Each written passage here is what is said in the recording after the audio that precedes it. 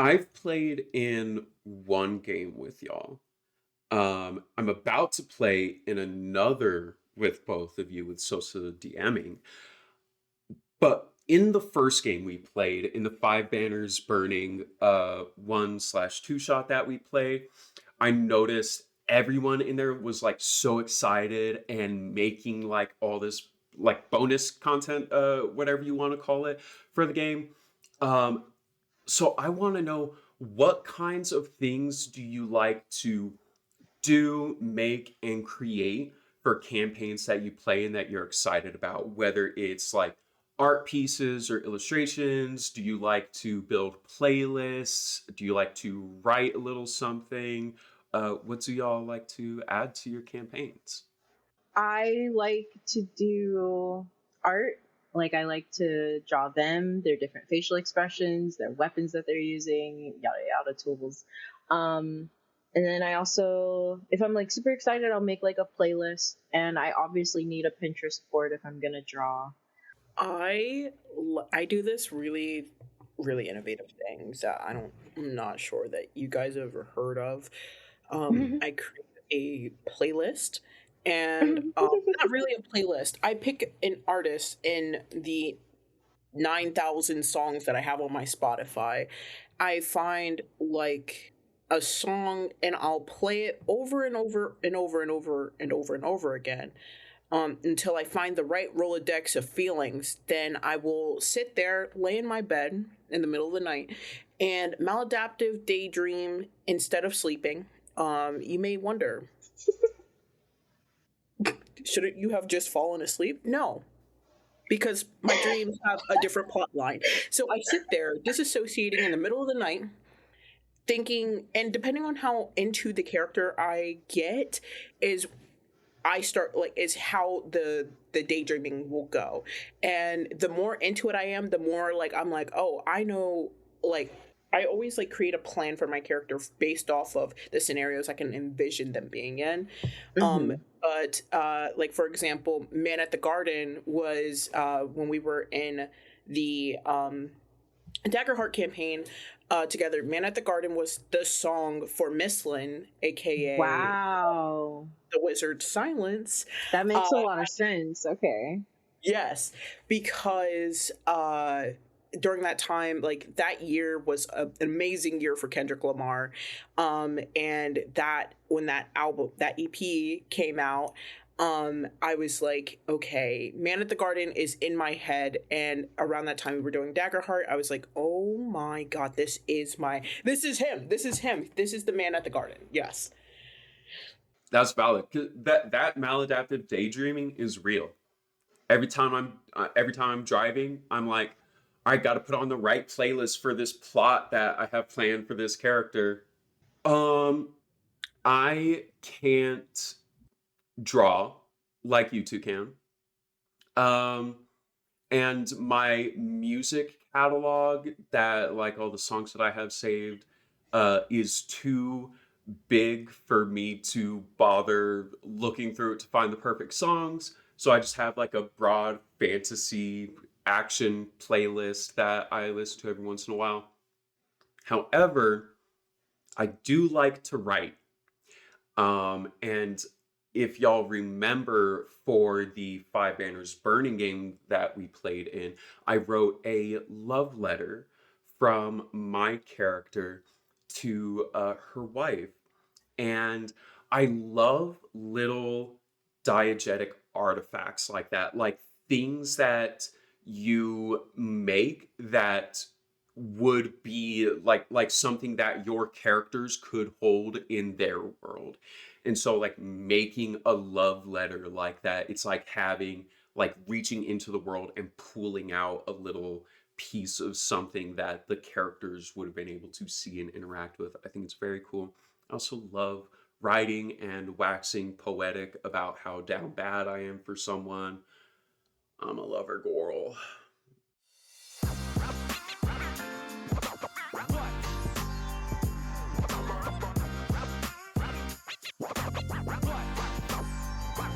Hello, everyone, and welcome to the Pillow Fort podcast. My name is Violent They Them Pronouns. I am here with my lovely friends and co-hosts Sosa and Chels. We are your tabletop princesses. So, dice down, crowns up, and get ready for another adventure in the Pillow Fort. Sosa, Chels, how are you doing? I'm doing great. I just thought about Ben 10, and so I'm doing even better. That made me do 100 times better. It started when an alien device did what it did. It stuck itself upon us with the secrets that it hid. Stop before we get demonetized. Yeah. Speaking of like children's media that we've been thinking of, I don't know why I didn't do this before. I've started reading Spider-Verse fan fiction I'm still on my Merlin fanfic. or Merlin fanfic. Yeah, I don't think I'll ever get over it. I also read another Kate Jinx fic. Yo, Anyways, Oh, so y'all you have to talk about y'all fanfics, but I can't even add it. Okay, okay. God forbid I try and keep this episode on track. Y'all, today we're talking about characters. Specifically, I want to ask y'all about the characters that we keep making over and over again. I want to toss it to y'all. What's a character archetype that you keep coming back to no matter the system? And why do you think that kind of character resonates with you? I think that I go back and use well, just to put it and make it easier for myself. In D&D, my favorite class is the cleric and the paladin. Religious trauma gang. Thank you. Everyone welcome in. You're my new elite employee. Um yeah, I just have a real fascination with religion and how it affects the world. So yeah, I always go back to characters that have some kind of relation to religion. Valid, bringing trauma into the game. That's what I do, infamously. Sosa, are you feeling better? Oh, I can speak now. I really like playing characters that have don't psychoanalyze me now. I love a good character that has been neglected and slipped through the cracks of society and stuff. I like exploring how far can that character go, um, whether it's in terms of morality or in life, when they lose everything that they have. They could be from a loving, caring family, but maybe they're just not paid attention to. Maybe they are ignored, or that kind of neglect. There's something about playing a character. I love playing a character who is also like a soft power rather than a hard power, where they're lore seekers, but they kind of do this thing where they control what information gets told and when it gets told. I love a character that's like, it's not like they're purposely hoarding it, or maybe they are, but like neglected wizard. Oh, that's probably my favorite class. I don't get to play one, but druid and wizard, yeah. Ooh. Neglected druid or wizard. I also want to ask you guys, have you ever tried breaking out of like your default character type? And how did it go for you? Yes. I played a dead character for a one shot ran by a lovely woman by the name of Cinnamon Roll. Or maybe not Cinnamon Roll. I actually forgot her name.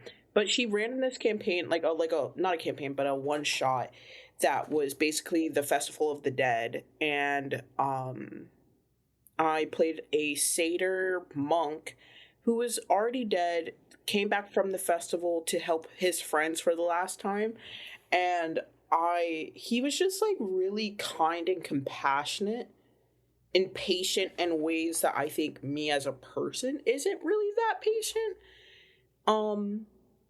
And like it honestly, I ended up in like tears because like him realizing like, oh, I want to do more adventures. Like he growing up, like he was like really into, grew up in the, like he was a death monk, and so like his family was like, death is just a part of life. This is a natural thing. We learn to love it, celebrate it, remember it, all of that. And then for the first time in his life, he was kind of just like, but I don't want to leave behind the people that I care about. And then his grandmother met him on the other side, and I cried. And I did that at work. I did that campaign at work, or that one shot at work, and I was shedding tears. That moment in campaigns where you have a character who has like dedicated their lives to something, and at the last moment when they've crossed the point of no return, they hit that realization like, wait, no, I don't actually want this, is fucking tragic. And it gets me every time. Ah, yeah. It was Beautiful. traumatic for me. Uh, Chels, what about you? When have you deviated from your default character type? Mine isn't as serious as that, and I feel crazy to follow it up with um I made a gimmick character because I don't really like the idea of gimmick characters too much, especially if your DM is trying to have like a serious campaign. I think it's really fucked up to make a gimmick character. Um, yeah, I think you should match the energy of the DM. And it was like a one shot. So I was like, oh, I can do something fun because I usually only join like longer form campaigns. But this one was just a little one shot. So I was able to do an old ass man that used to be a paladin. So he was like very middle aged white man, but he was black. So it was extra good. And yeah, I just did a gimmick character, old man. Young Love that. whippersnapper. I love playing old people. It's very fun. I don't know what that says about me, but You're old. Yeah, it's okay. You're okay, up there. fuck you. It is You are it old. is my Happy birthday birthday to coming up you. Monday. Happy Happy Okay. birthday to All right. you. Yep. Clock it. Yeah. Yeah. Wow, guys, thank you for that. You're welcome. So You're welcome. that kind of speaking to what you were saying earlier, Chels, about players, how you should match the energy of your DM or the campaign that you're in. Do you think players should push themselves into new archetypes, or is it okay to always stick with what you love, or should you, you know, adapt? Like, what do y'all think about that? I think that really depends on just you as a person and where you are in your kind of like game comfortability. Like if you're comfortable with just playing the same archetype, then that's something you can continue to do. I just think that you should make sure it fits the setting. Like there's not really a royal faction in like a cyberpunk setting, but there are like rich people, you know what I mean? So I think you just have to make sure it fits, and you can change it up if you want to, but I think again that's just something that you have to be comfortable with going through the process. Yeah. What about you, Sus? I love flexibility and character making. I think that I mean, obviously, like Chels said, like it comes down to who you are as a person and how well you're willing to adapt to the campaign setting and overall theme and tone. I've had to get better with telling my players no. Like I love giving my player things, but like, honey, you're 6'3" fucking, I don't know, like tiefling who juggles like frying pans and shit isn't going to be good for this grim dark campaign, because they'll be like, oh, he likes to steal and like I don't know, like do like shit. I'm like, that's really great for a different campaign, not the one I'm currently running. So Right. I think it's Yeah. just dependent. Like I like to be flexible. I like to fit where I could create a character based off of like whatever the needs of the party is. If I see that we're down a healer, I'm gonna have to really roll some dice about that. But like, sure. Mhm. Yeah, there's no shame on either end of being like, this campaign might not be for you. Like there's no shame as a player being like, nah, I'm not really interested in it. Like this isn't the type of character I want to play. There's no shame in that. And same on the other side, there's no shame as a DM being like, hey, this is the type of vibe that we're going for. This is the type of story that I want to tell. And I don't think this is the campaign for you if this is the character you're looking to play. You know, speaking of characters that don't fit the vibes, what's a character concept that immediately raises a red flag for y'all? And to be specific, is it usually the concept that causes problems, or is it how the player executes it? I think the most famous one, the lone wolf archetype thing, is fine in theory, but gets executed by people who don't know what they're doing. So I think that's one where it gets pretty tricky. Like you can't tell them no until you see how they play it out. So I think that's where it gets tricky with saying no. I also think the like I don't even know if it's an archetype, just people having like this like main character energy, like I need to be in the spotlight at every second.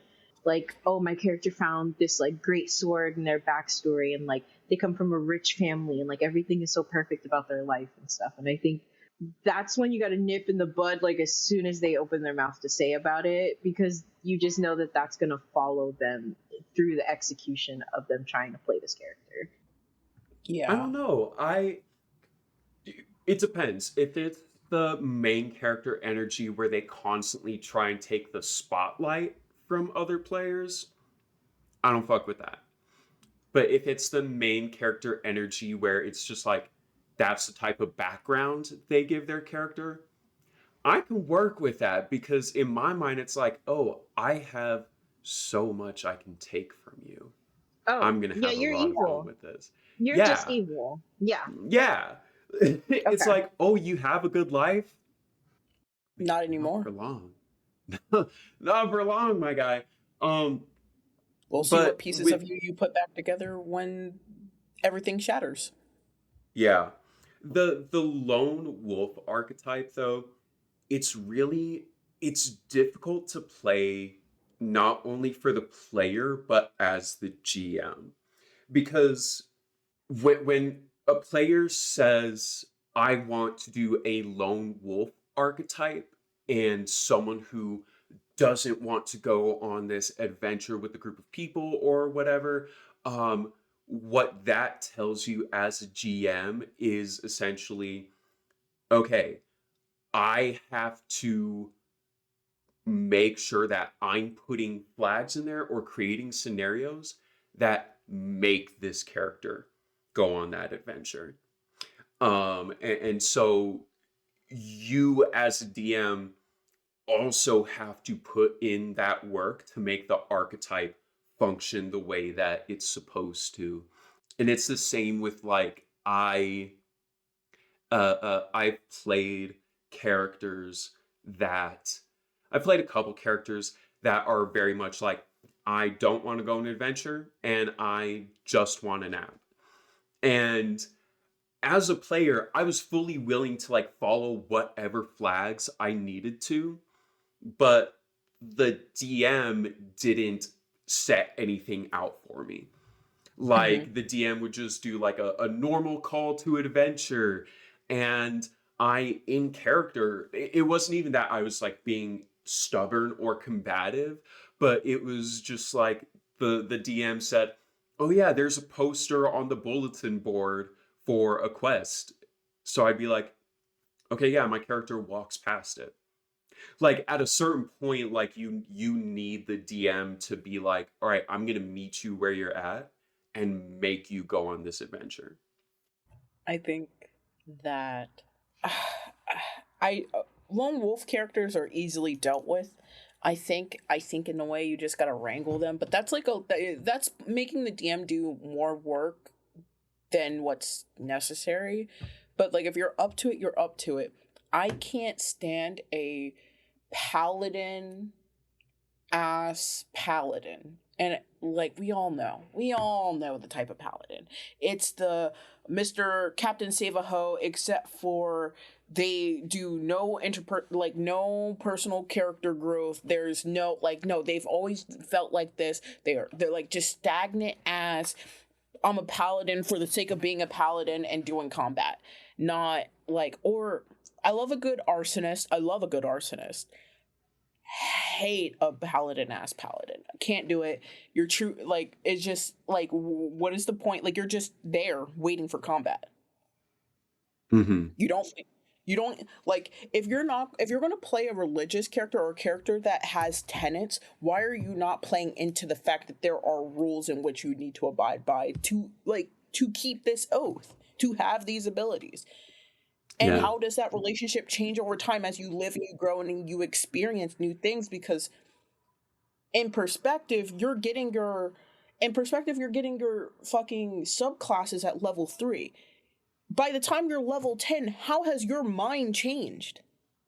As a DM, kind of like same with the like main character archetype Chell's talked about. I like to throw like moral conflicts at characters like that because it's really fun watching that. It's really fun watching someone who has dedicated themselves to a cause or justice or something kind of have to wrestle with the contradictions or paradoxes within their beliefs. But a lot of the time, those players don't engage with that. Yeah. Like, I throw them, I throw them a narrative bone and I'm like, hey, here you go, something cool for your character to wrestle with. And they just shoot back with the most mundane boring responses because they haven't actually given this character a lot of depth at all. Or, oh my god, when people don't commit to the bit. If your character's an asshole, commit to the bit. You're making a Yeah. remark about a character, and then you want to backtrack and be like, "Well, he didn't say that." Commit to the bit. Yeah. Yeah. I Commit to think the bit. some people really come from like hearing about some TTRPGs or like watching live actual plays and stuff, and they go, "Oh, that looks so easy. It's just make believe. It's like just playing pretend." But then they forget that those are like professional improvisers, and you Yes. don't have the same talent as those people that like have been doing this for years and went to school doing. You have to put in some amount of work to make it work. And I think that people just think that because it's make believe and pretend that it doesn't really take work when it kind of does. Yeah. It's Yeah. it's like it's like doing a play, except for there's no script. There's a play with an outline, Hmm. improv, if you will. That's oh my god, is that what Yeah. improv is? A play without a Oh my script? god. Yeah, players who do that, the way I kind of view it is they don't create a character. They don't make a character with depth and story and feelings. They take a virtue or a trope and assign stats to it. Yeah. And I think those people specifically aren't really looking to play the TTRPG for the storytelling. Obviously, they don't have a story to tell. They made a video game character. Yes. Yeah. Hey everyone. So, quick editor's note here. We experienced some technical difficulties for this part of the episode, but we still wanted to keep this piece in. The video recordings were giving us some issues, so instead, if you're watching this, I'm gonna put up some photos of my cats.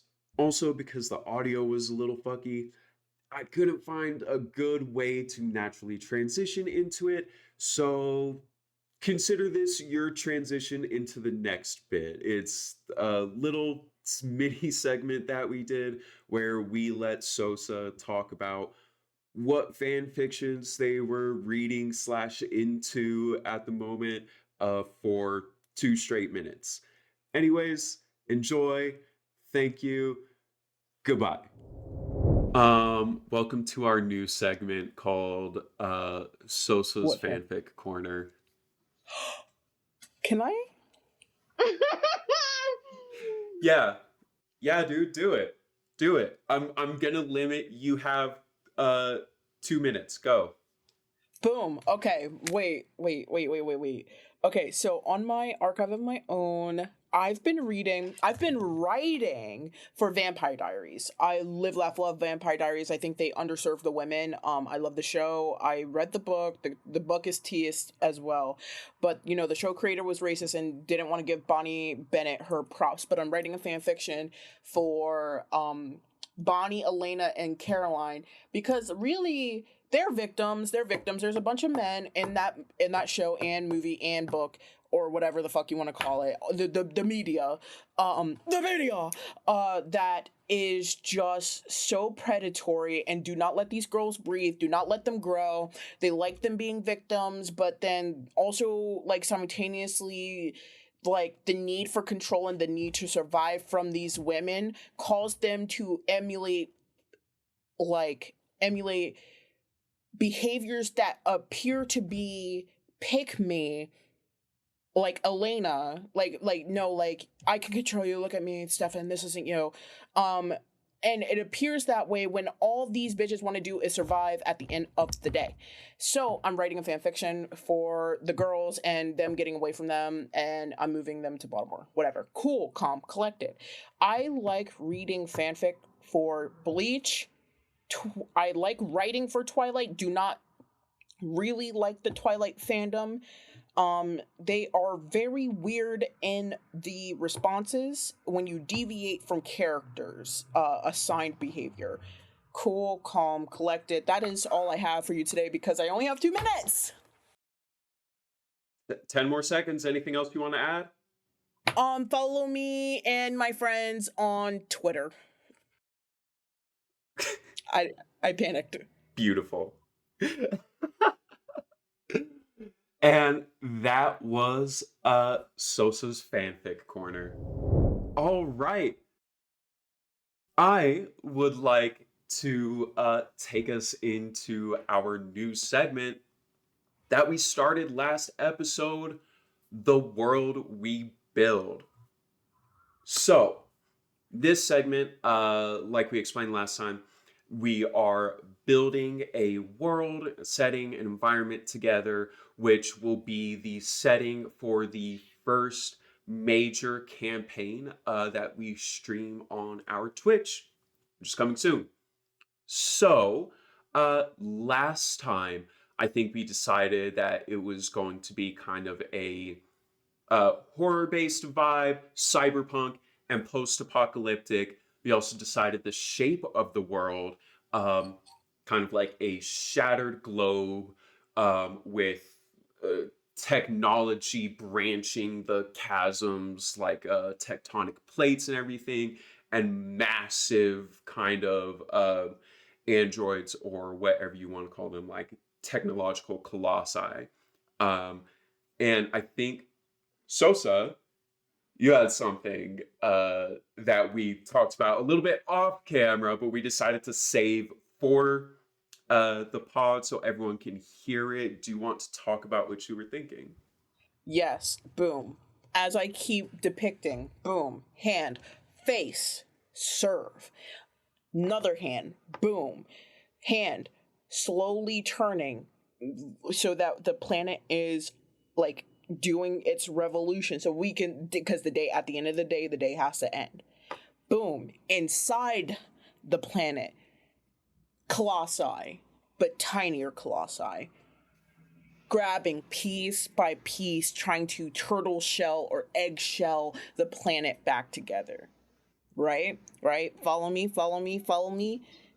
As it's doing so, the it's Yeah. racing not only Mhm. time but Mhm. it's racing time, but it has to move slowly. It's racing the inevitability as it's exposed to the greater space or space-time continuum of another threatening foreign object coming out. This is just off my bones, this is just off the brain. Yeah, I'm gonna leave it at that for now. But I'm thinking big hand, little hand, well, big hand, little hands inside as a it's eggshelled to try to protect and reconsolidate the planet. Okay, from what I could understand, you're saying on the inside of a planet, there's a colossi trying to pull it together, ship the pieces to fit together, and hide in the core. And on the outside, there's another colossus that is trying to take it apart and reach the colossus that's on the inside. No, one is holding the oh my god, wait, this would be so fucky. What if the bottom hand is kind of from a different thing that we can't see? It's reaching out from the void and is trying to pull, but the other two, the one that is rotating it from above, so like it's kind of like getting pulled like this. I don't. Like boom. This is we're in space. We're in space. One Yeah. hand from the mega colossus. Oh my god, is this Transformers? Um from the mega colossus is like one of them their hands, because maybe they need both hands to like rotate and keep everything together. But then I was like, what if the bottom hand was reaching out from deep space and trying to pull it out? Like, what if it wasn't attached to the main figure? I still don't get what you mean by like pulling it out though. Like the pieces of the fractured planet, like trying to stop halt the process to rend it completely asunder. What if an external force is what's the reason why it's broken and Yeah, but shattered? I thought I don't know. I kind of liked the idea, or what I thought you were pitching before was like the Colossus that's on the outside is the external force. And Mhm. like for whatever, maybe they were created on this planet or something, but it's like what two opposing forces, like one is on the inside trying to keep the world together or hide from the one on the Mhm. outside, and the one on the outside is trying to reach the one in there. I like that. I like the idea of the one on the outside, looking for the one on the inside. I think that's really fun. I just don't know what to add to that. I don't know. The rest of it could also be like lore stuff, which we don't have to get into now. This is just world building. We don't gotta do like story shit right now. But so we're in agreement. Like there's essentially two colossi, one inside, one outside. Do you want like another like external force, or maybe the colossi on the what if?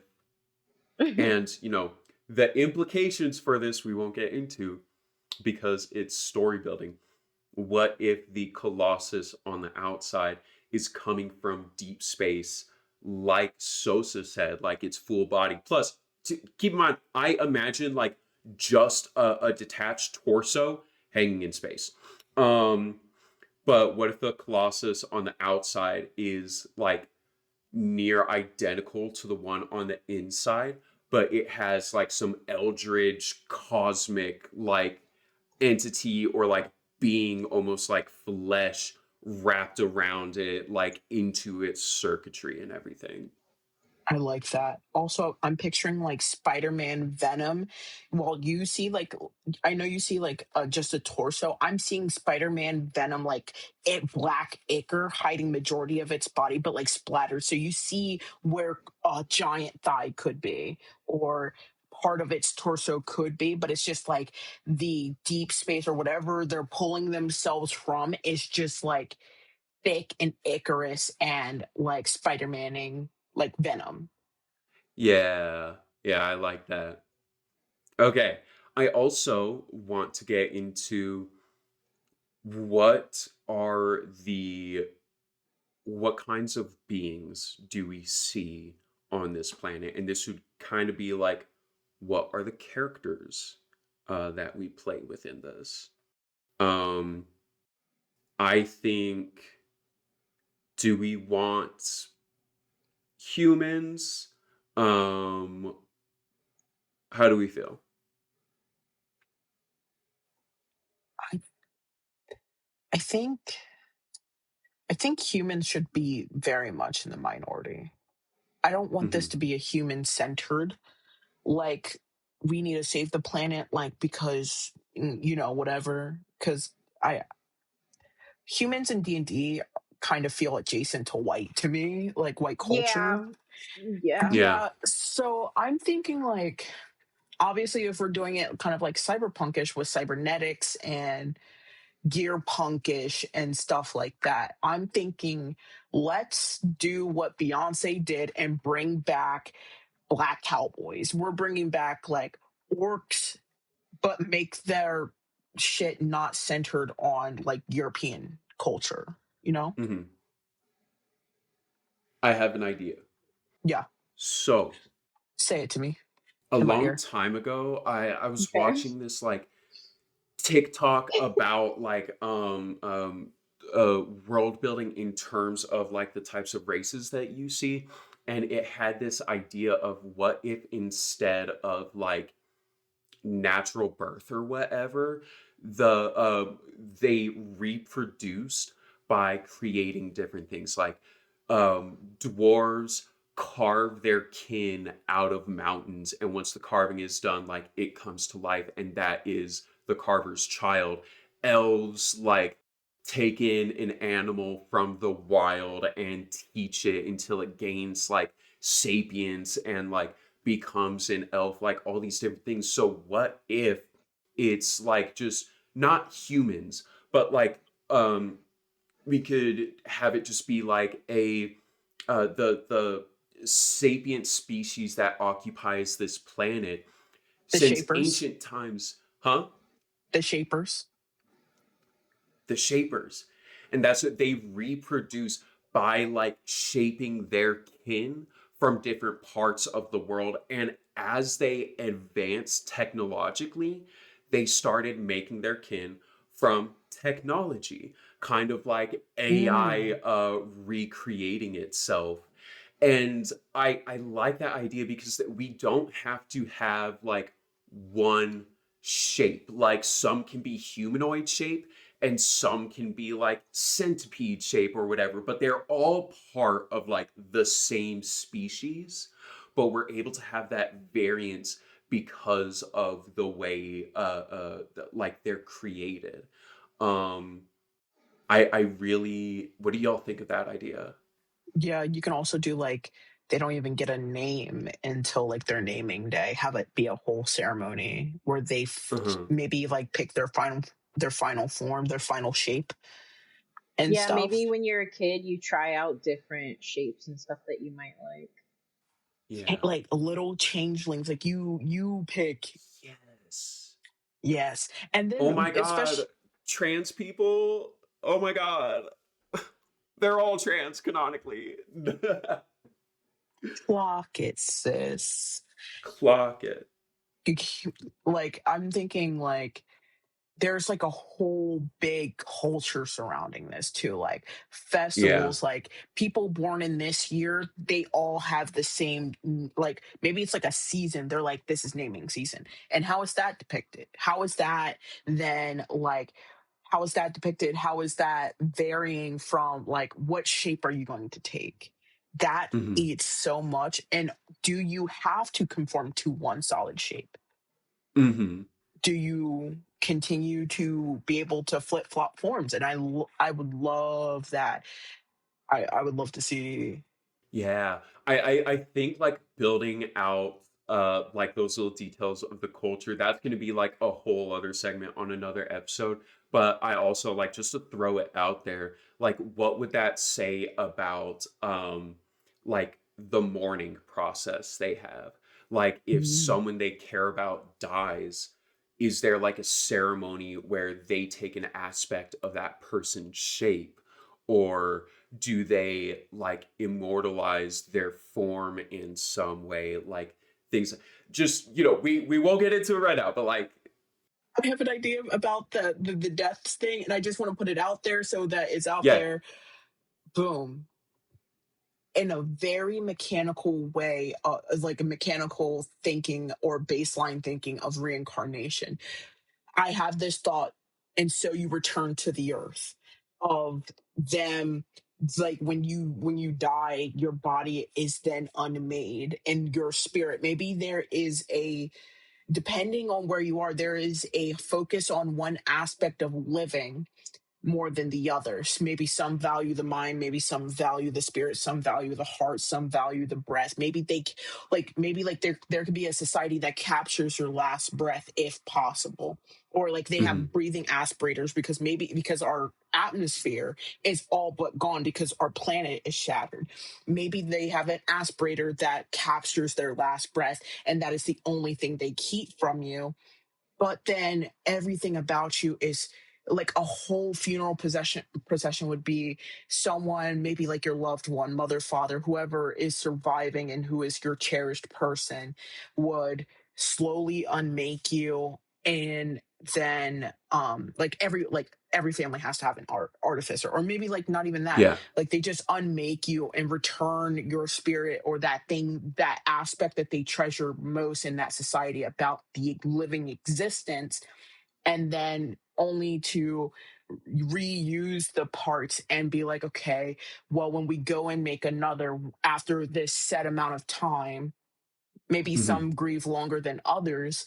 um After the set time, we remake you, or you go through that process of rebirth, which is we're going to reshape and reuse these parts Yeah. and maybe give you back your breath.